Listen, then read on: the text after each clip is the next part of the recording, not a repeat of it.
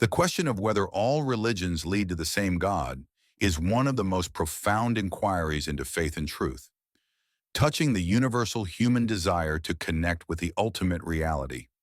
We must first acknowledge this shared spiritual yearning, the sincere impulse across all cultures to seek the transcendent, the divine source of all things. This suggests a common, underlying object of devotion, one that remains largely beyond full human grasp, yet inspires every form of worship and philosophy. All humanity is looking upward, responding to a singular, ultimate reality. However, while the aspiration may be universal, the pathways and the very definition of the divine are distinct and often incompatible. Each major tradition, Christianity, Islam, Judaism, Hinduism, Buddhism, and others, presents a unique and definitive revelation of God's nature, and critically, the precise means of achieving salvation or liberation. These systems offer fundamentally different answers regarding the nature of God, personal creator versus impersonal force, the problem of evil, and the ultimate destiny of the soul. For a Christian, salvation is through Christ.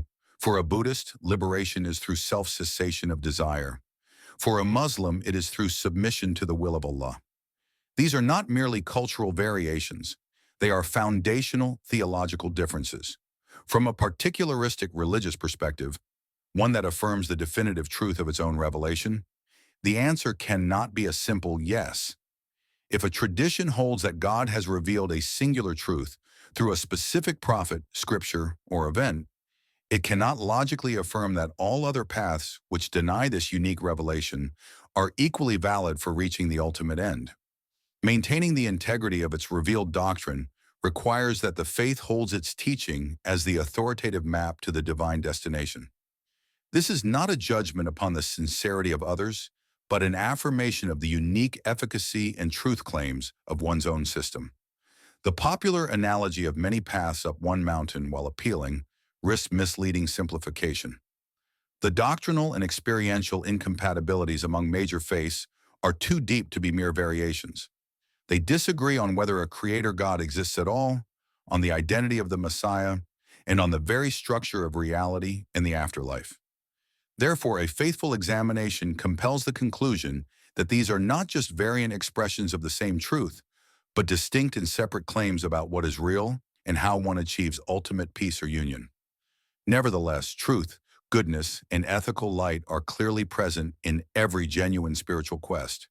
It would be an error to assume that God's grace or wisdom is entirely absent from the efforts of those who sincerely seek Him under different names.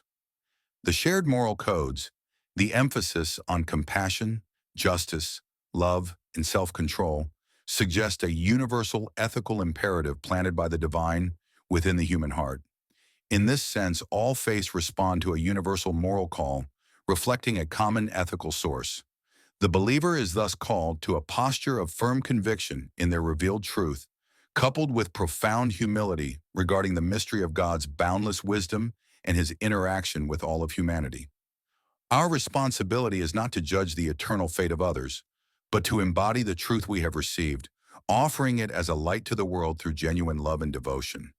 The ultimate disposition of all seeking souls rests with the infinite mercy and wisdom of the divine.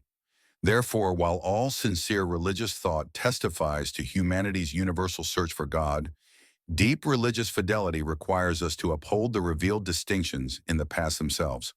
We honor the light and goodness found in every tradition that uplifts the human spirit, but we must adhere to the conviction that the fullness of truth has been definitively revealed in the specific way proclaimed by our own faith.